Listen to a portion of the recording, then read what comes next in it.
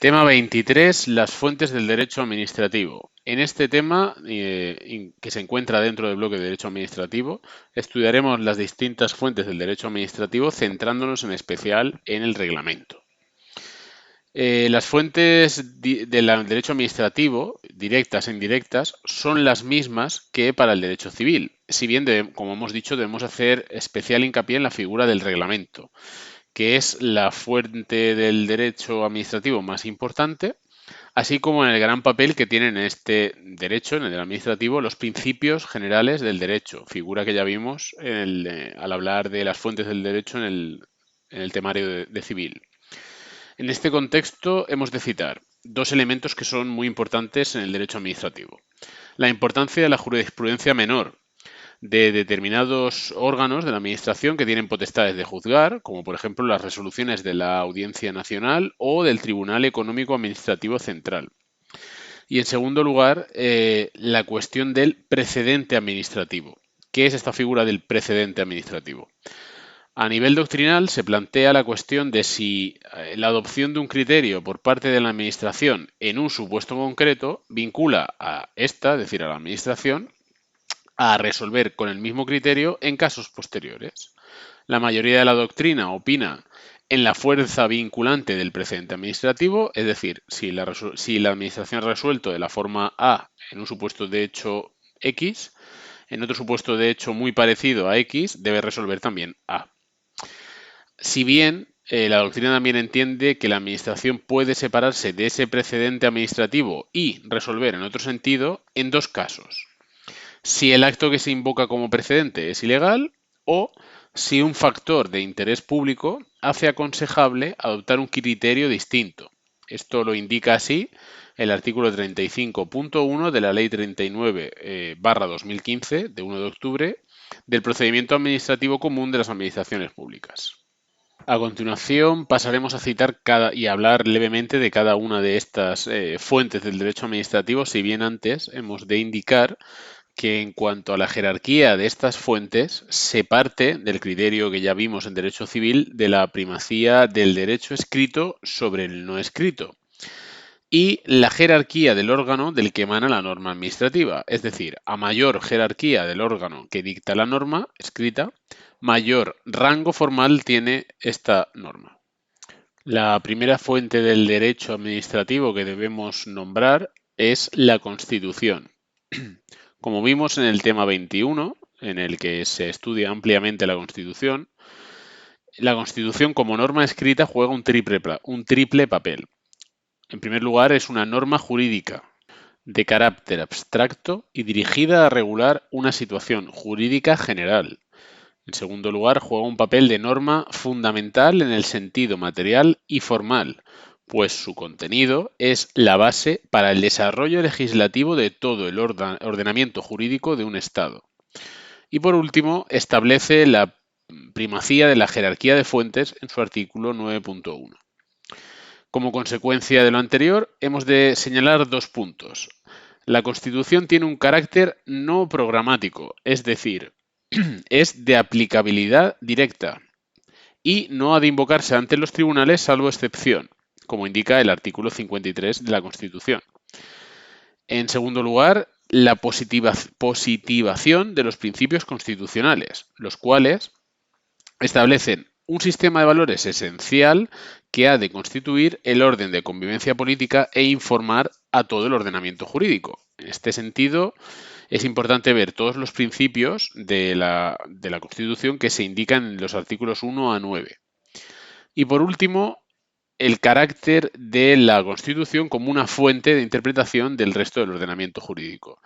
Repetimos, estos son, digamos, las figuras esenciales que deberíamos hablar de la Constitución cuando la contextualizamos dentro de las fuentes del derecho administrativo. No obstante, el régimen de la Constitución es muchísimo más amplio y por eso remitimos de nuevo a recordar todo lo visto en el tema 21. En segundo lugar, mencionaremos las leyes orgánicas como fuente del derecho administrativo. Las leyes orgánicas son creadas por el artículo 81 de la Constitución española, que podéis ver en pantalla y que vamos a pasar a comentar. El artículo 81 dice así: son leyes orgánicas y nos menciona una serie de materias que lo que determina este artículo es que en el momento que se esté regulando sobre estas materias es necesario que la forma que adopta esa norma escrita sea ley orgánica. Estas materias son desarrollo de los derechos fundamentales y libertades públicas. ¿Qué son derechos fundamentales y libertades públicas? Los encontramos en el título primero de la Constitución, que no es objeto de esta oposición, pero que os invito a que los leáis para contextualizar de qué estamos hablando. En segundo lugar, son leyes orgánicas las que aprueban los estatutos de autonomía. Estatutos de autonomía que ya hemos analizado en el tema 22 relativo a las comunidades autónomas. En tercer lugar, son leyes orgánicas aquellas normas escritas que aprueban el régimen electoral general. Y por último, como cláusula de cierre, las demás previstas en la Constitución. Por ejemplo, podemos mencionar la norma que crea el Consejo de Estado, según el artículo 107 de ser una ley orgánica, la ley que establece un estado de alarma, excepción y sitio, según el artículo 116, también tiene que ser una ley orgánica, la alteración de los límites provinciales, según el artículo 141.1, también tiene que ser una ley orgánica, etc. Continúa el artículo 81 en su apartado segundo diciéndonos que la aprobación, modificación o derogación de estas leyes, de las leyes orgánicas, exigirá una mayoría absoluta del Congreso en una votación final sobre el conjunto del proyecto. Es decir, en la elaboración de esta norma se sigue un procedimiento que tampoco es objeto de estudio de esta oposición, pero el procedimiento legislativo tiene una serie de partes que terminan con una votación final sobre el conjunto del proyecto y lo que nos exige la Constitución es que en esta votación final, por mayoría absoluta del Congreso, se apruebe favorablemente. Es decir, la mayoría absoluta significa que la mitad más uno de los miembros de la Cámara, es decir, si son 350 los miembros de la Cámara del Congreso de los Diputados, la mitad, 175 más 1, 176, voten mínimo a favor de esta norma. Esta característica del apartado segundo nos indica la posición predominante que ocupa la ley orgánica dentro del sistema de fuentes, derivado del principio de jerarquía normativa que establece la Constitución española y que es ampliado posteriormente por el artículo 28.2 de la Ley Orgánica del Tribunal Constitucional. ¿Qué dice este artículo?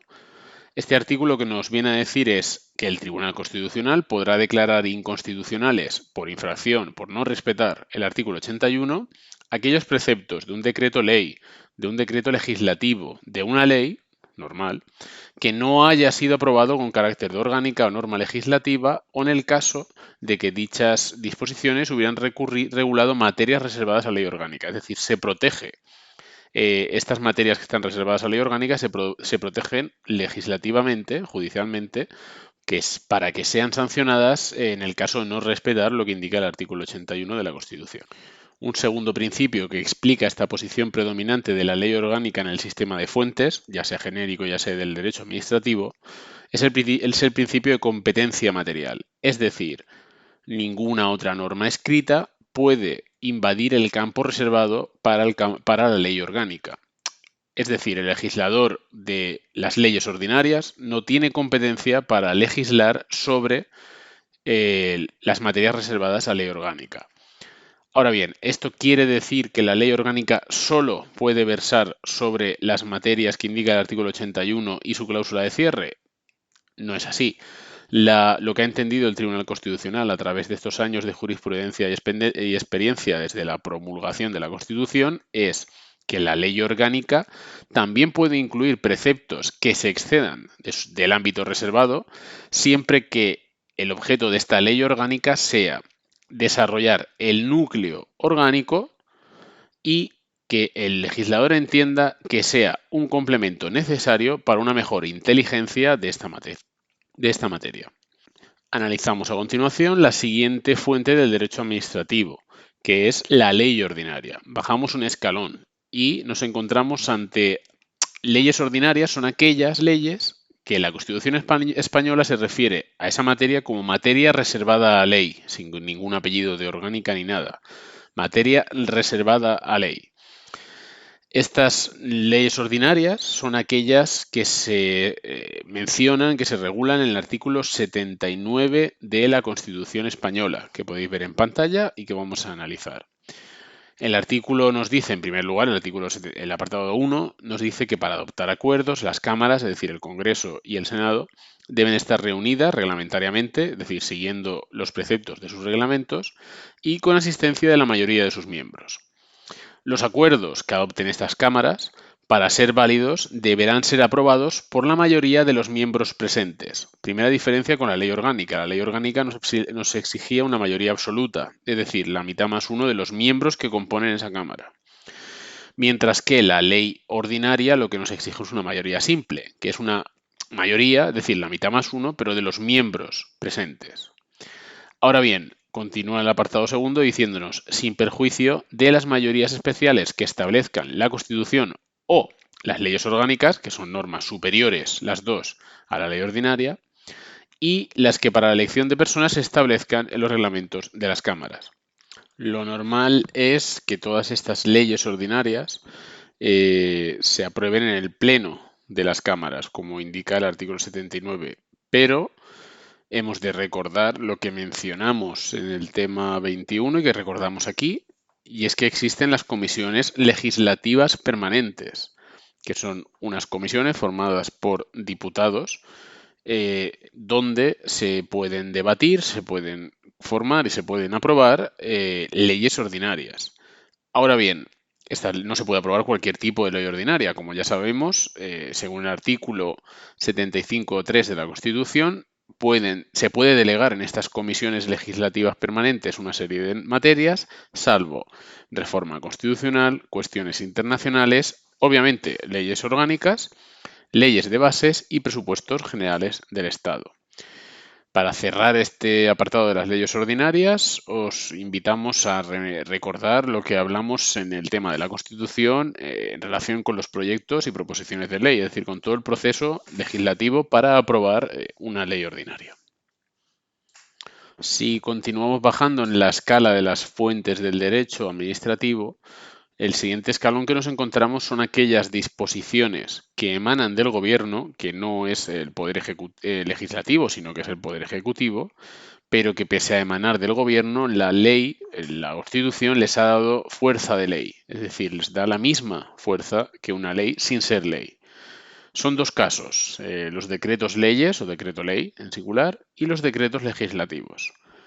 Empezaremos por el decreto ley, regulado en el artículo 86 de la Constitución, que veremos a continuación y que podemos nombrar como toda norma con rango de ley que emana excepcionalmente de un órgano que no ostenta el poder legislativo, es decir, el gobierno o su articulación a través del Consejo de Ministros, que forma parte del gobierno.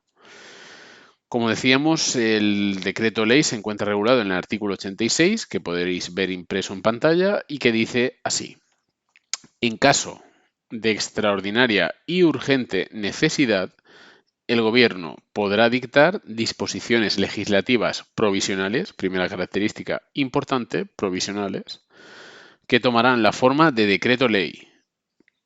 Hasta aquí nos ha introducido qué es un decreto ley y cómo se aprueba. Y a continuación nos establece su ámbito de actuación, pero negativo. Es decir, no podrán versar estos decretos leyes sobre las instituciones básicas del Estado, los derechos, deberes y libertades de los ciudadanos recogidos en el título primero, el régimen de las comunidades autónomas ni al derecho electoral general. Todo aquí lo citado es entendible, a excepción, entendemos, de las instituciones básicas del Estado. ¿Qué entendemos por instituciones básicas del Estado? La Constitución no incluye un apartado que nos diga las instituciones básicas del Estado son las siguientes, pero lo que ha entendido la doctrina a lo largo de los años es que hablamos de la corona, el Parlamento, con sus dos cámaras, es decir, el Congreso de los Diputados y el Senado, el Gobierno, el Tribunal Supremo y el Tribunal Constitucional y el Defensor del Pueblo.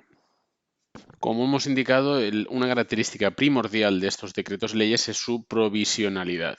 Por ello, continúa el apartado segundo del artículo 86 diciendo que estos decretos leyes deberán ser inmediatamente sometidos a debate y votación de la totalidad del Congreso de los Diputados, convocado a tal efecto si no estuviera reunido, porque, como sabremos del tema 21, las cámaras tienen unos periodos de sesiones. Continúa el apartado 2 diciéndonos que serán reunidos en el plazo de los 30 días siguientes a su promulgación. Es decir, en caso de que el Gobierno detecte una extraordinaria y urgente necesidad, podrá dictar esta norma provisional, una norma provisional que deberá ser aprobada por el Congreso de los Diputados en los 30 días siguientes a su promulgación. El Congreso, continúa el apartado 2, habrá de pronunciarse expresamente dentro de dicho plazo sobre dos cosas. Si convalida esa norma, es decir, si le da el visto bueno y ese decreto ley se queda, es aprobado, no se transforma en una ley ordinaria, se queda, digamos, válido dentro del ordenamiento jurídico, o bien si lo deroga, en cuyo caso el reglamento se refiere al Congreso, el reglamento del Congreso de los Diputados, establecerá cuál es el procedimiento especial y sumario que hace estas votaciones. Por último, su apartado tercero nos indica que durante el plazo establecido en el apartado anterior, es decir, durante esos 30 días, las Cortes podrán coger estos decretos leyes y tramitarlos como proyectos de ley por los procedimientos de urgencia, es decir, procedimientos que se saltan parte de los plazos y requisitos que hay para establecer una ley. Es decir, puede ser que por algún interés especial de protección que tienen las leyes ordinarias, las Cortes decidan que estos decretos leyes del Gobierno sean tramitados como proyectos de ley. Al respecto, dos notas de este artículo. Nos encontramos ante un presupuesto de hecho habilitante, es decir, ha de existir para que se pueda promulgar por parte del Gobierno este decreto ley una necesidad extraordinaria. ¿Qué es esta necesidad extraordinaria? Es un concepto jurídico indeterminado que la jurisprudencia ha entendido que debe ser inusual e imprevisible, es decir, una necesidad que no sea habitual y que no se hubiera podido prever. Y además esta necesidad, además de extraordinaria, ha de ser urgente, es decir, que no sea susceptible de ser afrontada por el proceso legislativo, que tiene unos plazos mucho más amplios que los que tiene el Real Decreto Ley. Por lo tanto, esta excepcionalidad, en caso de que se dé la extraordinaria y urgente necesidad, esta excepcionalidad legitima al Poder Ejecutivo para establecer esta norma.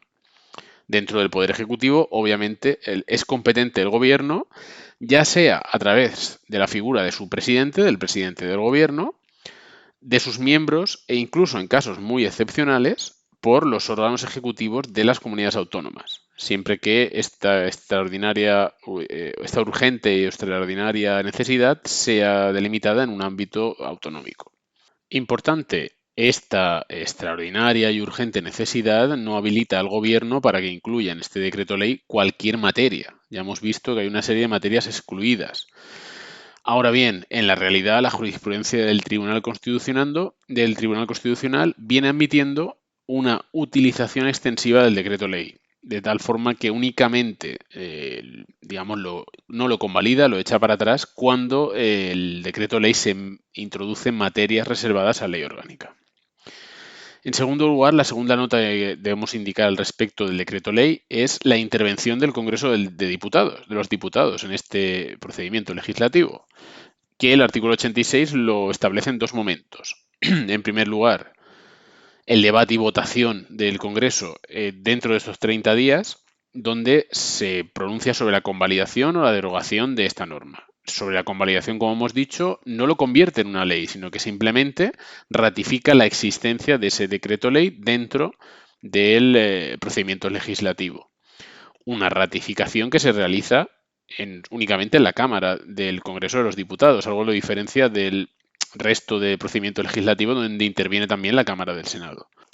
Y en el caso de que esa norma se derogue, no se convalide, se plantea una cuestión doctrinal de cuándo tiene efectos esa derogación. Es decir, tiene efectos desde que fue promulgada por el Gobierno, por lo tanto nunca ha tenido efectos esta norma, o bien tiene efectos desde desde el momento de la derogación explícita y, por lo tanto, en el intervalo entre que fue promulgada por el Gobierno y fue derogada por la Cámara del Congreso de los Diputados, ha tenido efectos. En segundo lugar, el Congreso de los Diputados, como ya hemos indicado, interviene también, en caso de que sea así considerado, en la tramitación de este decreto ley como proyecto de ley por el procedimiento de urgencia. Es decir, vamos a transformarlo en una ley, no vamos a dejarlo como decreto ley, pero no lo vamos a hacer a través del procedimiento legislativo ordinario, sino a través de un procedimiento de urgencia. La segunda figura con rango de ley es el decreto legislativo, muy parecido a decreto ley, pero no confundir. Real decreto ley, es el anterior que hemos analizado, y decreto legislativo es el que vamos a analizar a continuación.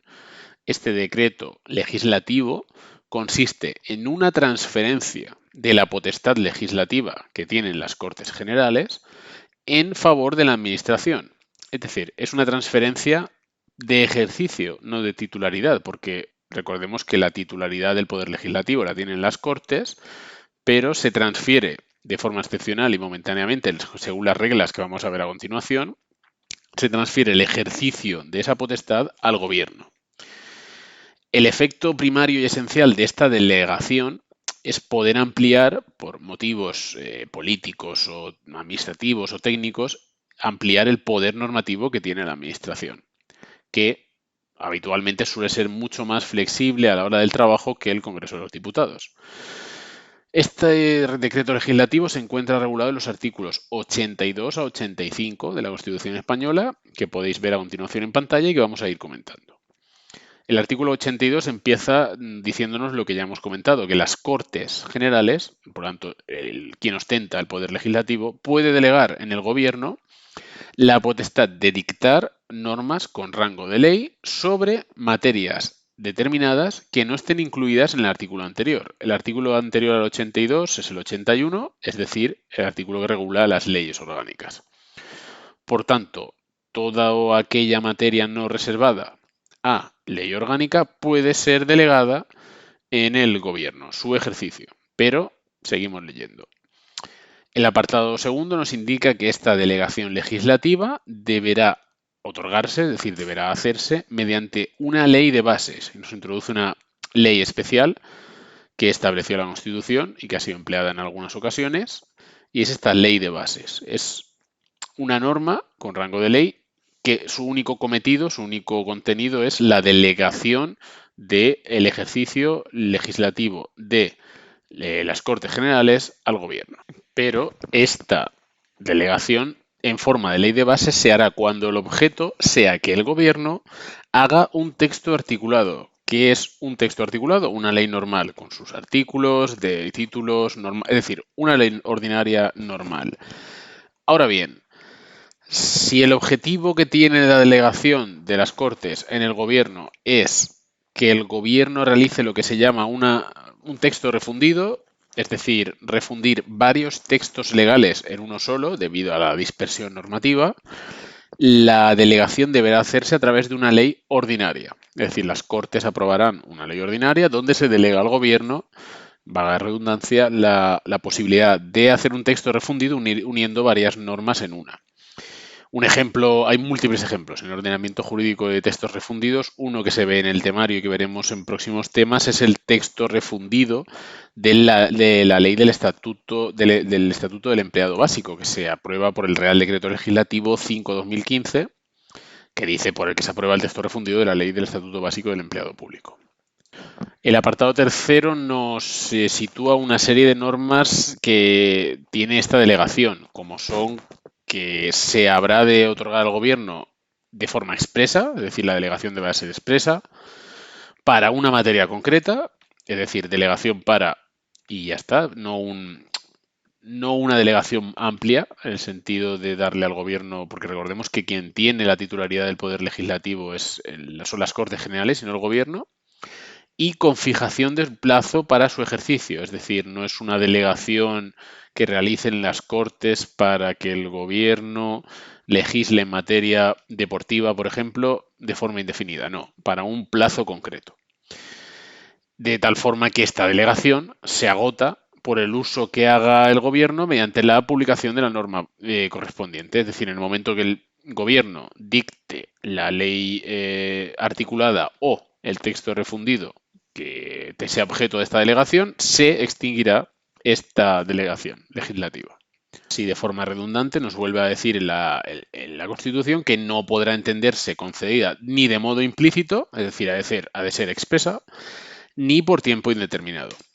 E importante, tampoco se podrá permitir la subdelegación a autoridades distintas del propio gobierno. Es decir, una vez el Congreso ha delegado en el gobierno la promulgación de este texto articulado, este texto refundido, no puede el gobierno subdelegarlo en una autoridad distinta de él mismo. No así en las distintas partes del gobierno, Consejo de Ministros, ministros, etcétera, pero no en figuras distintas del gobierno.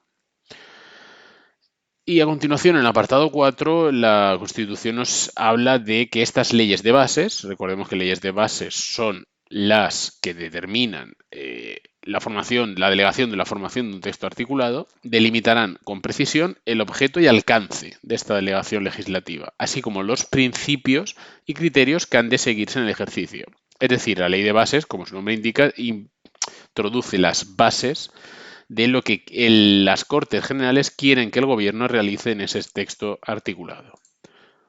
El apartado 5, en cambio, nos habla de la naturaleza de esta delegación para textos articulados, que nos dice que esta autorización determinará el ámbito normativo al que se refiere el contenido de la delegación, es decir, podemos refundir o autorizamos al gobierno para refundir legislación en materia de, por ejemplo, Estatuto Básico del Empleado Público. Especificando, continúa el apartado 5, si se circunscribe a la mera formulación de un texto único, es decir, juntar todas esas normas pero en un texto único, o bien si es necesario regularizar, aclarar o armonizar en estos textos partes que no hayan quedado claras. Es decir, si se le otorga además de unir al gobierno, si se le da la posibilidad de que aclare, de que, digamos, siente materia legislativa. Por último, en el apartado 6 nos indica que sin competencia propia, sin perjuicio de la competencia que tienen los tribunales al respecto de este contexto normativo, las leyes de delegación, es decir, ya sea la ley de bases, ya sea la ley ordinaria, podrán establecer fórmulas adicionales de control por parte del Congreso, de las comisiones legislativas, etc. El artículo 83 se centra en las leyes de bases y nos determina que no podrán en ningún caso autorizar la modificación de la propia ley de bases, es decir, esta ley de bases no autoriza al gobierno para que modifique la propia ley de bases. Y en segundo lugar, no puede facultar al gobierno para que dicte normas que tengan carácter retroactivo. Retroactivo significa normas que tengan efectos en el pasado. Es decir, solamente se puede delegar en el gobierno el dictar o aunar normas que tengan efectos a partir de su promulgación, no con efecto retroactivo. El artículo 84 es una suerte de protección de arma que tiene el gobierno cuando tiene una delegación legislativa y dice así: cuando una proposición de ley que se realiza en el Congreso o en las Cortes Generales o una enmienda fuesen contrarias a una delegación legislativa que tenga el gobierno en vigor, el gobierno está facultado para oponerse a la tramitación de esa proposición de ley o enmienda.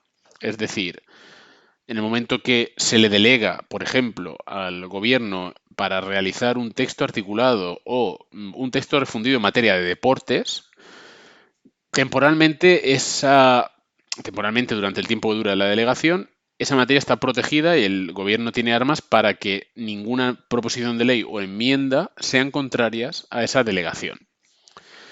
Por último, el artículo 85 nos determina el nombre que ya hemos mencionado, pero que se asienta aquí, que las disposiciones del gobierno, que promulgue el gobierno, que provengan de una legislación delegada, se llamarán decretos legislativos. Por último, y fuera del contexto de estos artículos 82 a 85, hemos de aclarar un aspecto importante, porque al final esta delegación supone un traspaso de ejercicio, pero un traspaso de un poder a otro poder, del poder legislativo al poder ejecutivo. Por ello, existen una serie de medios de control de posibles excesos que se realicen en esta delegación, y son los siguientes.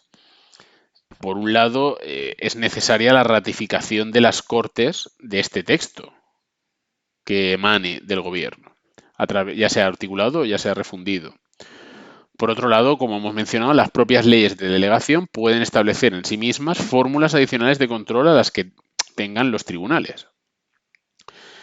Además, no se menciona aquí, pero se menciona en otras normas, el Consejo de Estado en su pleno, el Consejo de Estado, que es una figura que se analiza en el tema, se habla de ella en el tema 21, interviene en pleno en esta delegación legislativa. Es un trámite que procedimentalmente, administrativamente, ha de hacerse. A lo largo de esta promulgación de normas por delegación legislativa, el Consejo de Estado interviene, si bien sus dictámenes no son vinculantes. Es decir, lo que digan, si por ejemplo son contrarios a la norma que está estableciendo el gobierno por delegación legislativa, si son contrarios no significa que esa norma no salga adelante, pero es algo que puede estudiarse posteriormente en un procedimiento judicial.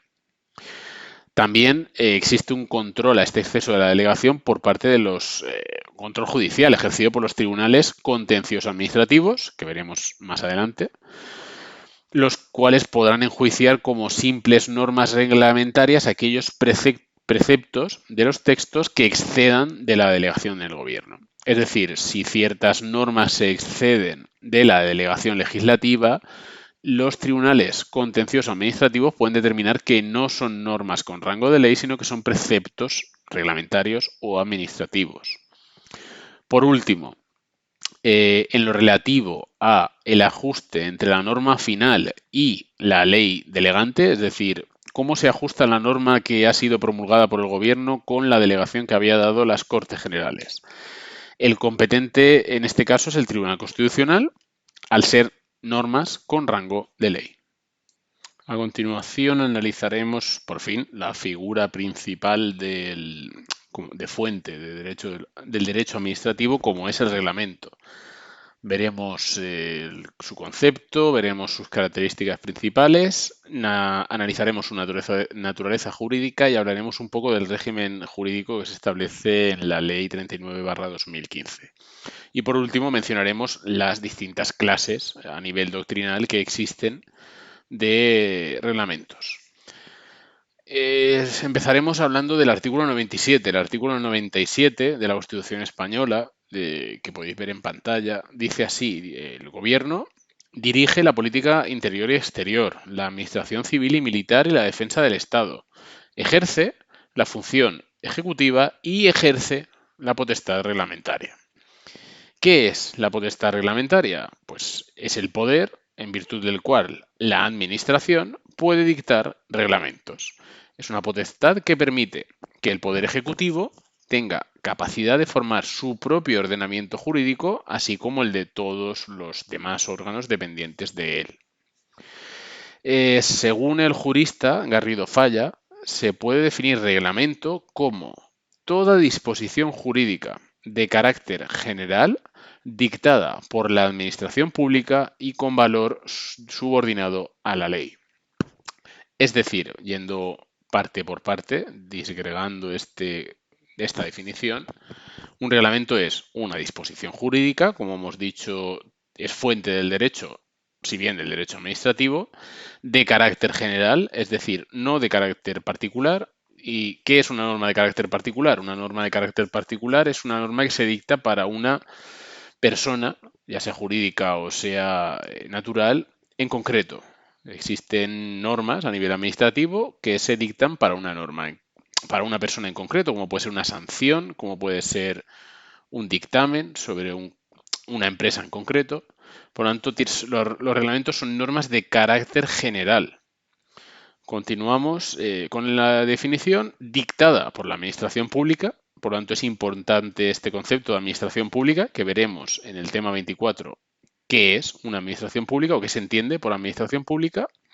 Y por último, con valor subordinado a la ley.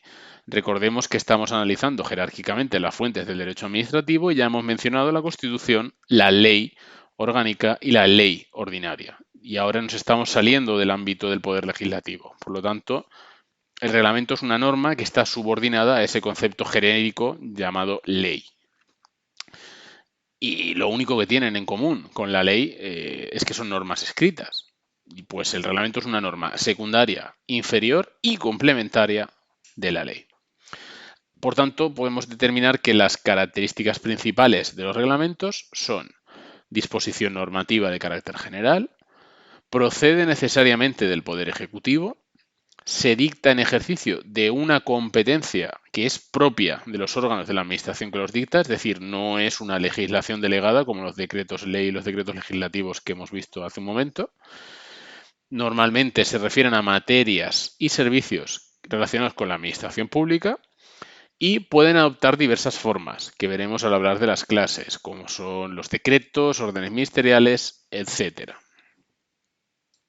En cuanto a su naturaleza jurídica y situándonos en un espectro bastante doctrinal, pero que está bien conocerlo e incluso en años anteriores esta pregunta ha aparecido, ¿cuál es la naturaleza jurídica del reglamento?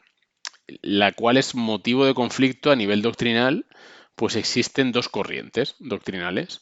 Por un lado está la doctrina del profesor García Enterría, entre otros, que determina que el reglamento es un acto de la administración. ¿Qué quiere decir esto?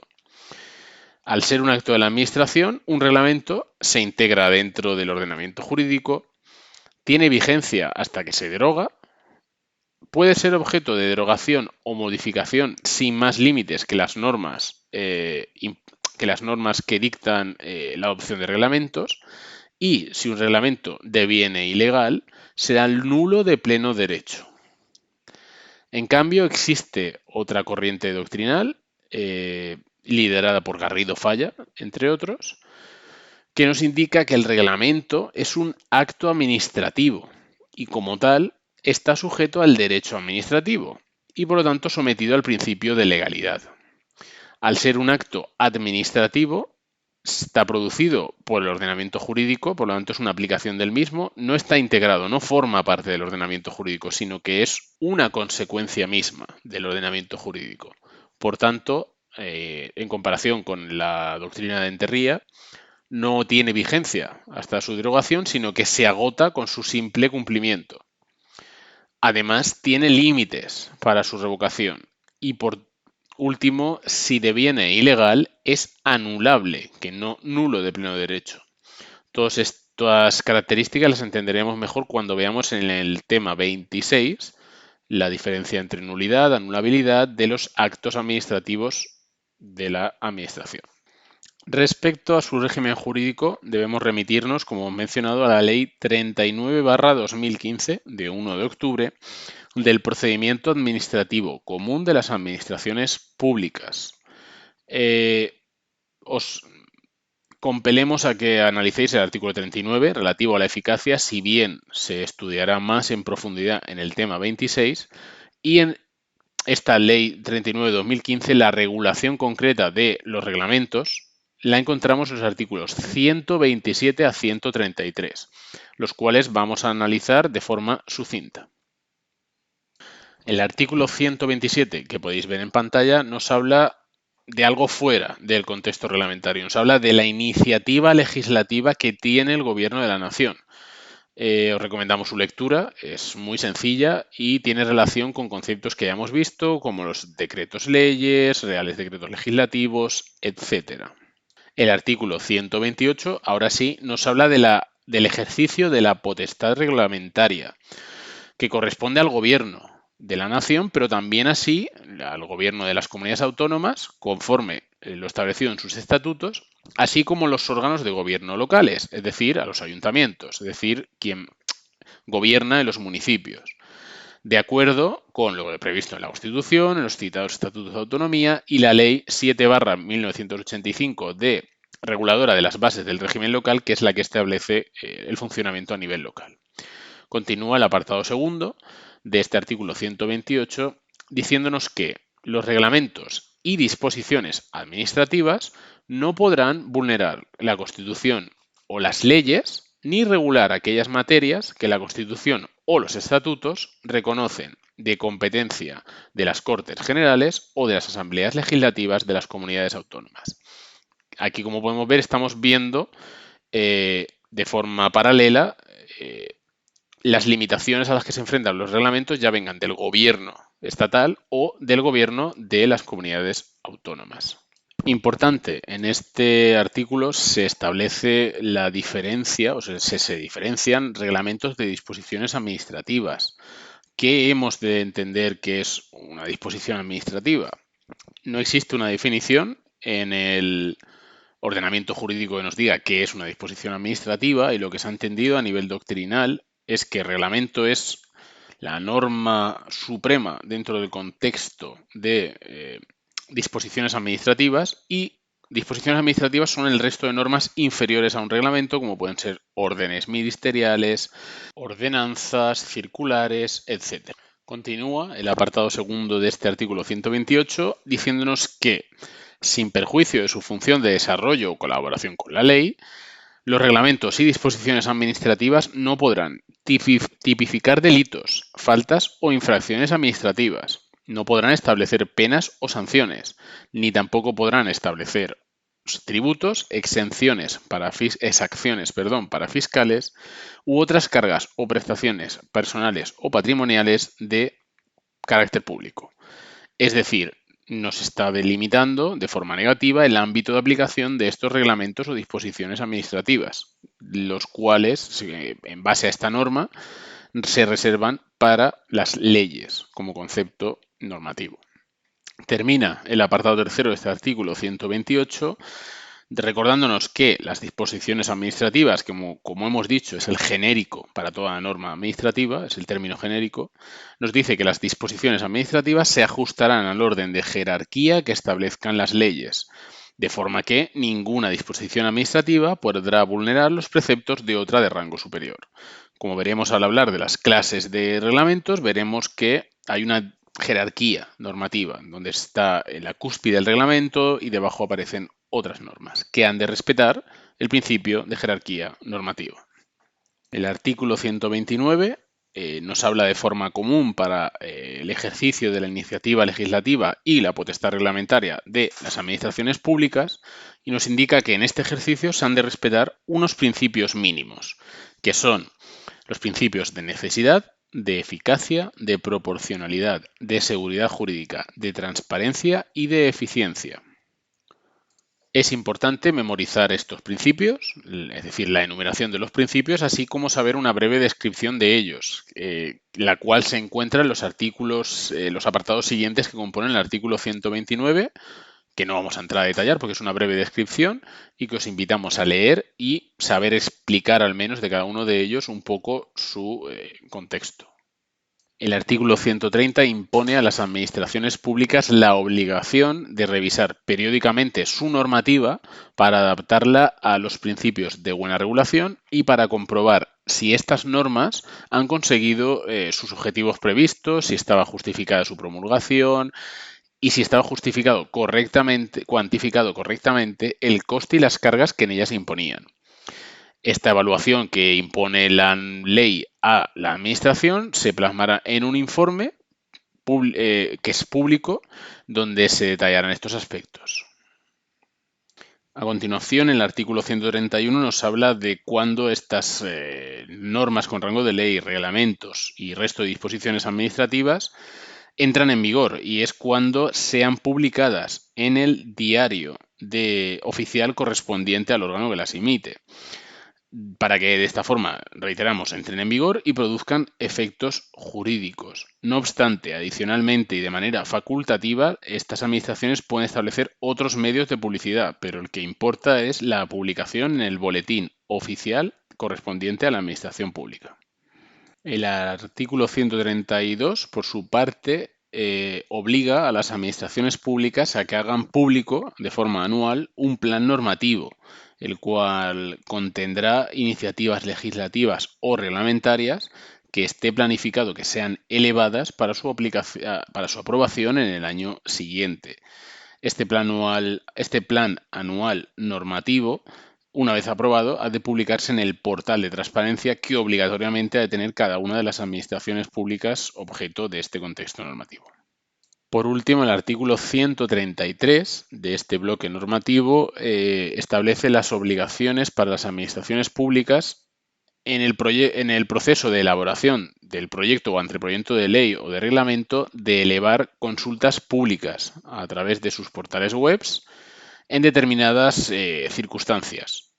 Si bien no consideramos relevante este artículo a efectos de la preparación del examen, os recomendamos su lectura para una mayor comprensión. Por último, para cerrar el bloque de la figura del reglamento, vamos a hablar de las distintas clasificaciones que se pueden realizar de reglamentos, clases de reglamentos. Concretamente, se ha clasificado doctrinalmente en 5 clasificaciones, que podéis ver sobreimpresas en pantalla y que vamos a ir comentando. Por un lado, la clasificación entre reglamentos jurídicos y reglamentos administrativos. Por un lado, los reglamentos jurídicos, también llamados normativos, son aquellos reglamentos que regulan relaciones de supremacía general, es decir, relaciones que unen al Estado con cualquier ciudadano. Simplemente son reglamentos que establecen normas que afectan de forma general a cualquier ciudadano. Y por otro lado, en contraposición, encontramos los reglamentos administrativos o también llamados organizativos, que son aquellos reglamentos que regulan relaciones no de supremacía general, sino de supremacía especial, que unen a un ciudadano de forma concreta con el Estado. Por ejemplo, hablamos de reglamentos de servicio militar, de concesiones administrativas, etc. En segundo lugar, tenemos la distinción entre reglamentos ejecutivos, independientes y de necesidad. Reglamentos ejecutivos son aquellos reglamentos que desarrollan una ley, ya sea por la dificultad de la ley de abarcar todas las contingencias que puedan surgir en su aplicación, o bien para dar una permanencia en el tiempo a la ley, al poder ser el reglamento objeto de una adaptación mucho más flexible que una ley. Este tipo de reglamentos requieren de dictamen del Consejo de Estado y su aprobación a través del Consejo de Ministros. Respecto a los reglamentos independientes, son aquellos reglamentos que no completan ni desarrollan ninguna ley propia. Estos reglamentos únicamente caben en el ámbito de las materias organizativas y relaciones especiales que hemos mencionado anteriormente. Por último, los reglamentos de necesidad, como ya hemos visto, existen determinadas situaciones que pueden alterar el funcionamiento normal del sistema de fuentes, incluyendo la primacía de la ley. Por ejemplo, hemos de estar lo dispuesto en la Ley Orgánica 4/1981, que regula los estados de alarma, excepción y sitio. Como notas comunes, podemos destacar a estos 3 estados de alarma la posibilidad de que las autoridades civiles, gubernativas o militares adopten medidas contrarias a lo dispuesto en las leyes formales, siempre, excepcionalmente, mientras dure la situación de emergencia. Hablamos, por ejemplo, de situaciones como las que hemos vivido durante la pandemia del COVID, donde desde el gobierno se tomaban medidas que obviamente eran contrarias a las establecidas incluso en la propia Constitución, como la libertad de circulación o movimiento. Una tercera clasificación es la que diferencia entre los reglamentos estatales y reglamentos de las comunidades autónomas. Reglamentos estatales ya sabemos y ya hemos hablado ampliamente de ellos. Vamos a aprovechar este momento para hablar levemente de los reglamentos de las comunidades autónomas. Su base constitucional se encuentra en el artículo 153.c de la Constitución española, la cual da pie a esta potestad reglamentaria por parte de las comunidades autónomas, pero tiene los siguientes caracteres. Su competencia es del Consejo de Gobierno de cada comunidad autónoma, de tal forma que fuera del ámbito geográfico de la comunidad autónoma, el ejercicio de poderes reglamentarios por parte de este Consejo de Gobierno solo sería posible a través de una habilitación legal o reglamentaria concreta. Suele suceder cuando entre distintas comunidades autónomas hay intereses comunes y deben de acordarse reglamentos que afectan a varias comunidades autónomas. El ámbito competencial de estos reglamentos será aquel en función del reparto competencial que se haya establecido conforme al artículo 148 y 149 y el Estatuto de Autonomía de la Comunidad Autónoma, como ya hemos mencionado en el tema 22. El procedimiento de aprobación de estos reglamentos será de forma general el que se indica en la ley de gobierno, si bien también hemos de estar a lo que se establece en la Ley de Procedimiento Administrativo Común que ya hemos analizado. Por último, su forma de control son 3 vías de estos reglamentos de las comunidades autónomas. De forma ordinaria ante los tribunales contenciosos administrativos, al poder ser un conflicto de competencias a través del sistema de conflicto de competencias que hemos visto en el tema 22 al hablar del reparto competencial entre comunidades autónomas y el Estado. Y por último, en forma de recurso ante el Tribunal Constitucional por la vía del artículo 161.2. Una cuarta clasificación de los reglamentos es en función del órgano del cual emanan, de la administración pública de la cual emanan.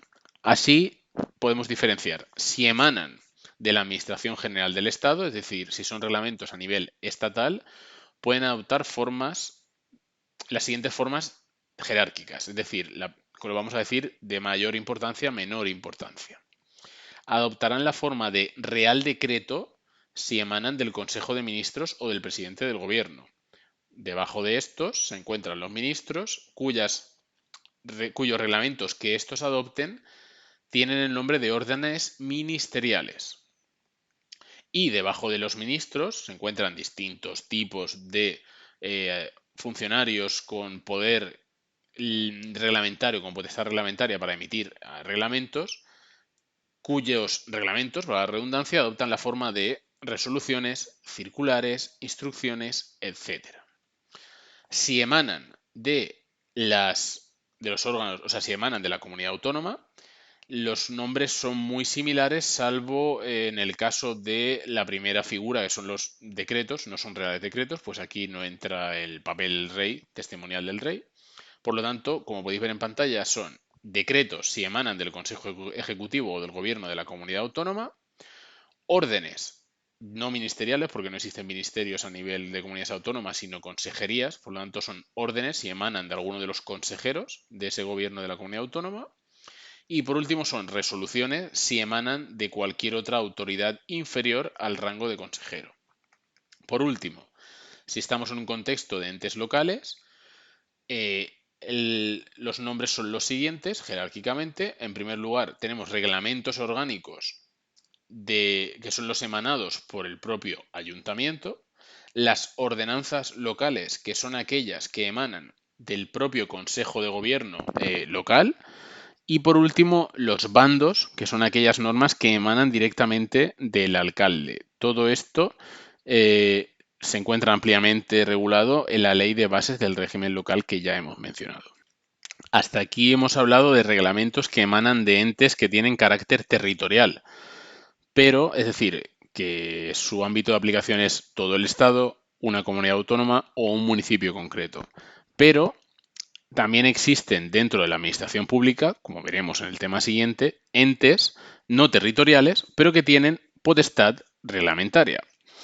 Si bien se ampliará en el tema siguiente, podemos decir que dentro de la Ley 40/2015 de régimen del sector público, el artículo 89 reconoce un cierto poder reglamentario a los entes no territoriales.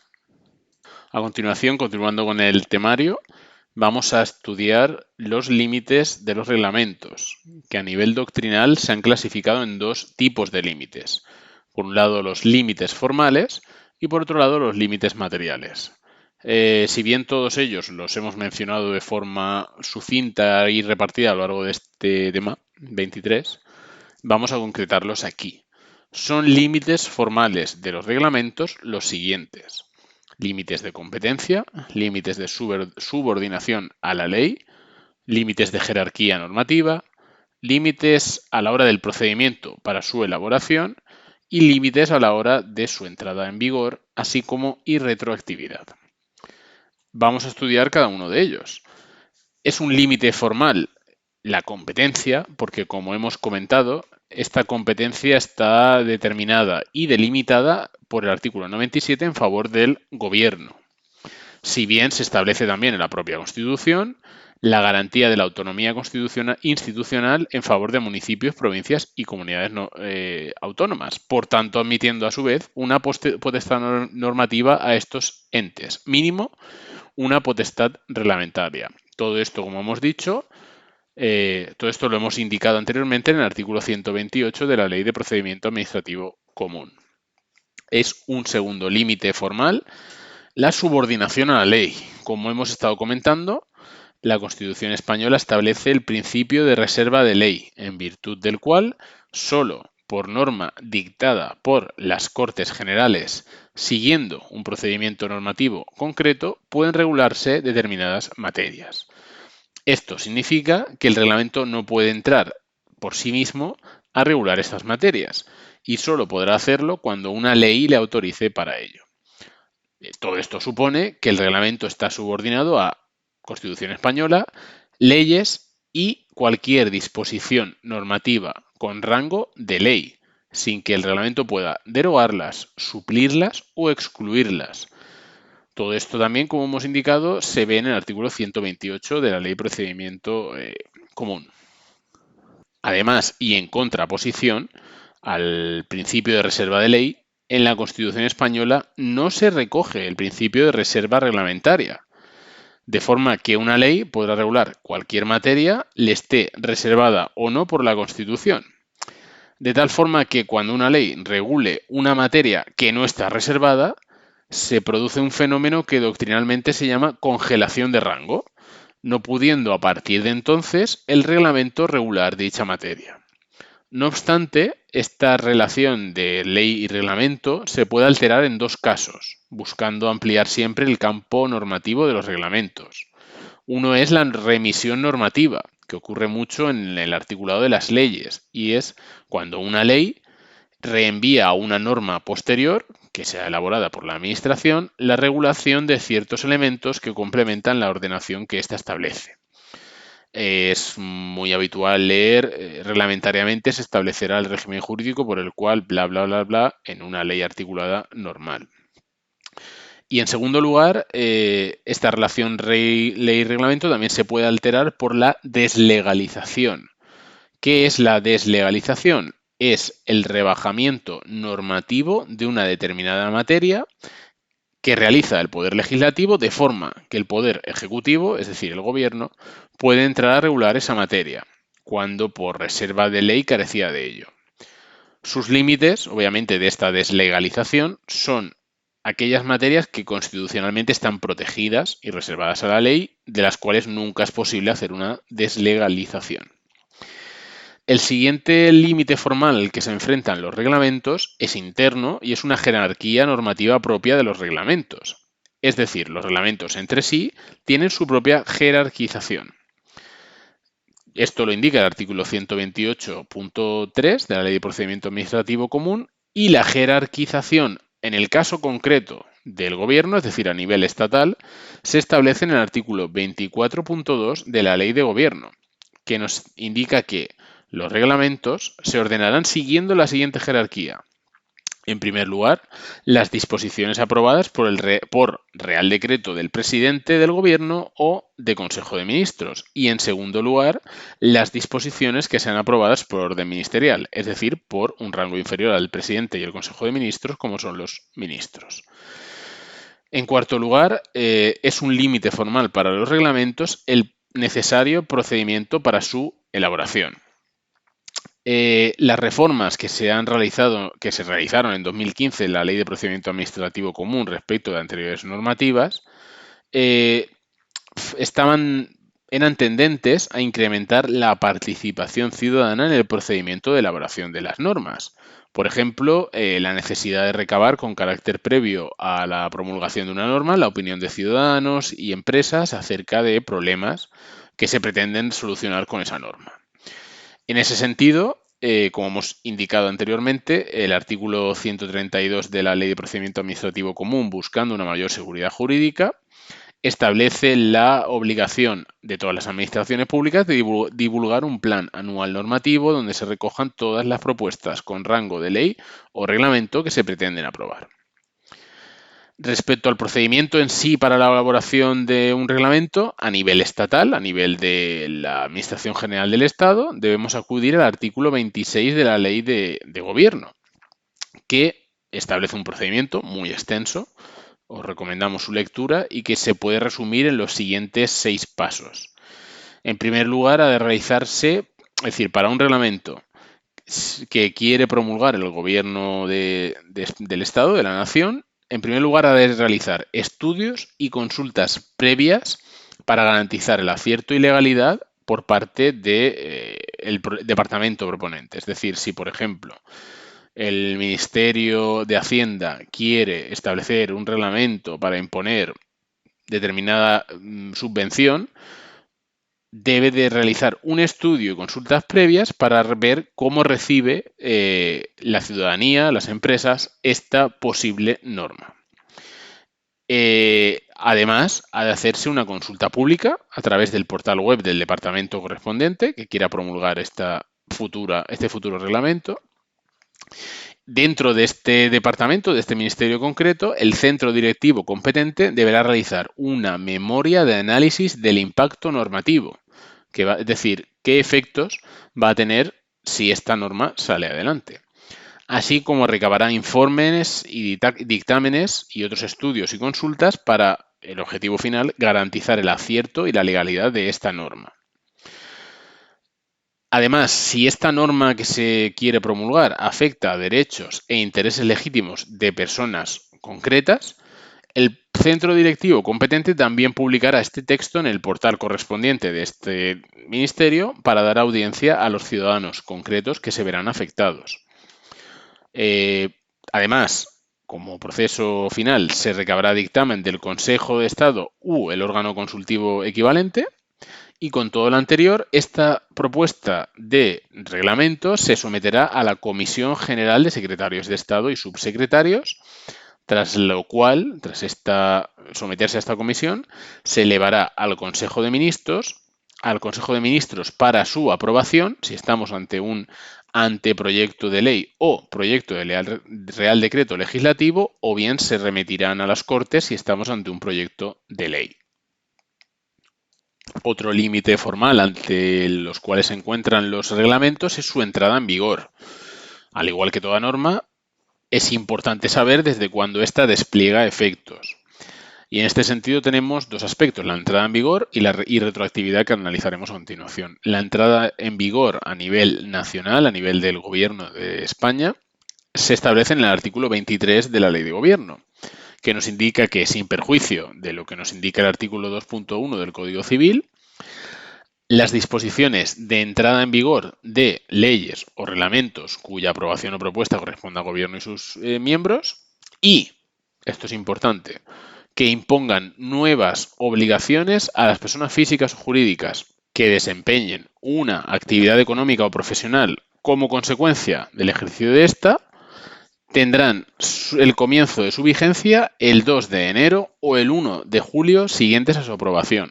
Es decir, si esta norma que va a promulgar el Gobierno impone obligaciones a personas físicas o jurídicas que estén realizando una actividad económica o profesional, es decir, a empresas o autónomos, si imponen una obligación, necesariamente la entrada en vigor se realizará el 2 de enero o el 1 de julio siguientes a su aprobación. ¿Por qué? ¿Cuál es el motivo de esta norma? Básicamente, al imponer nuevas obligaciones a empresarios autónomos, lo que se busca es tener un margen de actuación que no estuviera previsto. Por ejemplo, si se quiere, la típica imagen que nos podemos imaginar es se quiere imponer un nuevo impuesto, una nueva carga fiscal, un incremento fiscal. Si lo hacemos de la noche para la mañana, las empresas y autónomos no tienen margen de actuación a nivel económico. Recordemos la importancia de que las empresas prevean sus gastos y este incremento de gastos derivado de una nueva obligación necesita un margen de actuación, que es lo que busca esta norma. Ahora bien, continúa el artículo 23. Lo previsto en este artículo no será de aplicación a los reales decretos leyes. ¿Por qué? Por sus características de extrema y urgente necesidad. Ni, continúa el artículo, cuando el cumplimiento del plazo de transposición de directivas europeas u otras razones justificadas así lo aconsejen, debiendo quedar este hecho debidamente acreditado en la respectiva memoria que ya hemos hablado anteriormente, que debe tener todo norma reglamentaria. Es decir, existen excepciones a este margen de actuación que establece el artículo 23 de la Ley de Gobierno. Por último, hemos de mencionar como un límite formal de los reglamentos la irretroactividad, figura que ya hemos mencionado a lo largo del temario, que, conforme lo dispuesto del artículo 9.3 de la Constitución, se desprende que los reglamentos que afecten negativamente a los administrados solo pueden establecer normas para el futuro, nunca con efectos retroactivos. Esto lo cierra, es una cláusula de cierre lo que establece el artículo 47.2 de la Ley de Procedimiento Administrativo Común, relativo a la nulidad de los actos administrativos, que veremos en el tema 26, pero que podemos adelantar que nos indica que serán nulas de pleno derecho las disposiciones administrativas, es decir, reglamentos y resto de normas, que vulneren la Constitución, las leyes u otras disposiciones administrativas de rango superior, las que regulen materias reservadas a la ley y, aquí está la clave de este punto, aquellas que establezcan retroactividad de disposiciones sancionadoras no favorables o restrictivas de derechos individuales. Volvemos a leer la retroactividad, es decir, que tengan efectos hacia atrás de disposiciones sancionadoras no favorables o restrictivas de derechos, es decir, disposiciones que supongan un perjuicio, ya sea económico, ya sea personal, o que restrinjan los derechos individuales de las personas. Siempre hacia adelante, nunca hacia atrás. Eso es lo que establece esta normativa. Por último, respecto a los límites sustanciales a los que se enfrentan los reglamentos, en primer lugar, el más relevante y que hemos citado ya en muchas ocasiones a lo largo de este tema es la materia. De tal forma que quedan, es decir, ¿de qué pueden versar los reglamentos? Quedan muy pocas parcelas donde la Administración no tenga algún tipo de intervención, ya sea legal, ya sea procesal, ya sea de derecho privado, etcétera. Por lo tanto, debemos mencionar que si estamos ante obligaciones o deberes o limitación de derechos y libertades, debemos recordar que la potestad reglamentaria está limitada a ejecutar y desarrollar una ley. Una ley que ha de ser previa y que ha de señalar las directrices básicas y habilitar el desarrollo reglamentario. Es decir, siempre que un reglamento quiera regular, valga la redundancia, obligaciones o deberes o limitar derechos y libertades, de alguna forma, múltiples formas de hacerlo, debe haber previamente una ley que le autorice para ello y señale las bases de ese reglamento. Si bien a nivel de sí que existe un ámbito donde el reglamento puede moverse con mucha libertad, que es los aspectos organizativos, que es el ámbito natural del reglamento, es decir, la mayoría de los reglamentos que podemos pensar o que podemos conocer en el sistema en el ordenamiento jurídico se centran en regular aspectos organizativos internos de la propia administración pública.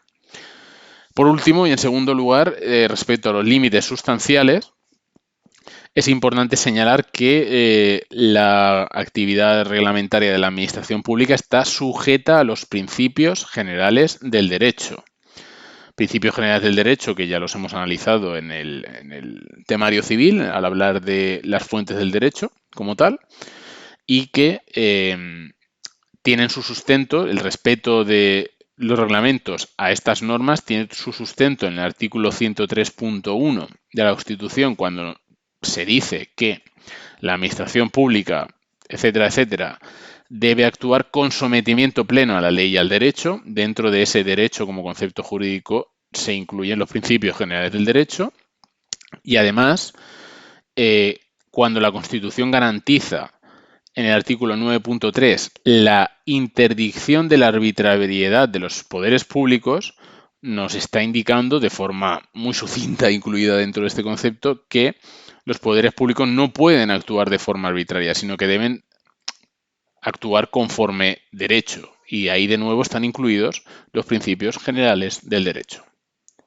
Por último, para cerrar este tema, hemos de hablar de la figura de los reglamentos ilegales. ¿Qué es un reglamento ilegal? Como hemos anunciado al hablar del artículo 47.2 de la Ley de Procedimiento Administrativo Común, hay una serie de momentos en los cuales un reglamento deviene ilegal. ¿Qué significa deviene ilegal? Que es nulo de pleno derecho.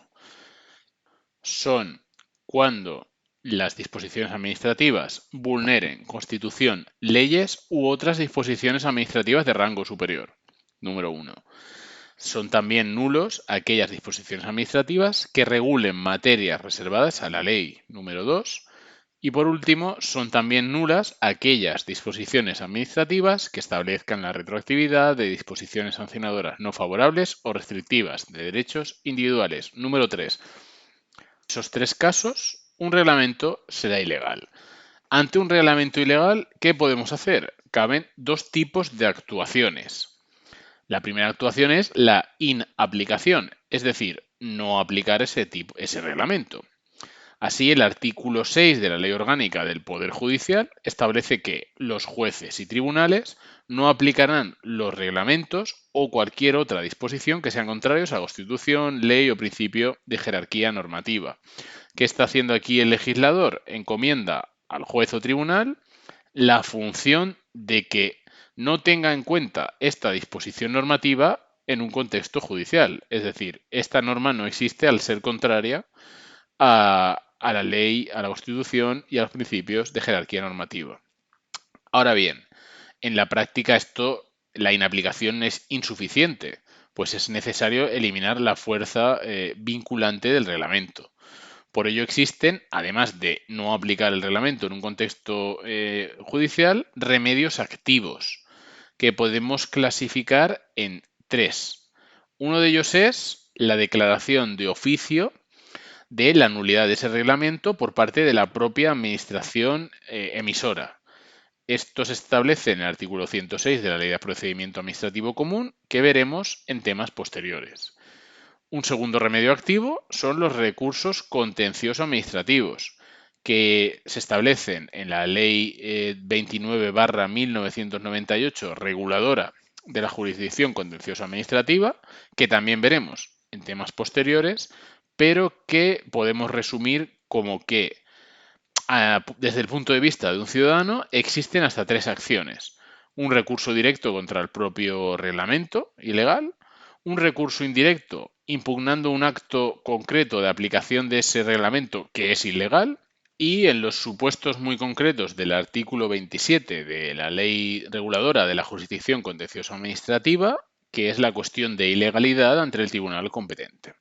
Por último, el último remedio y tercer remedio activo que podemos encontrar son los recursos contra reglamentos en el contexto de la jurisdicción constitucional, que nos establece el artículo 161.2 de la Constitución, que determina que el Gobierno podrá impugnar ante el Tribunal Constitucional disposiciones y resoluciones adoptadas por órganos de las comunidades autónomas.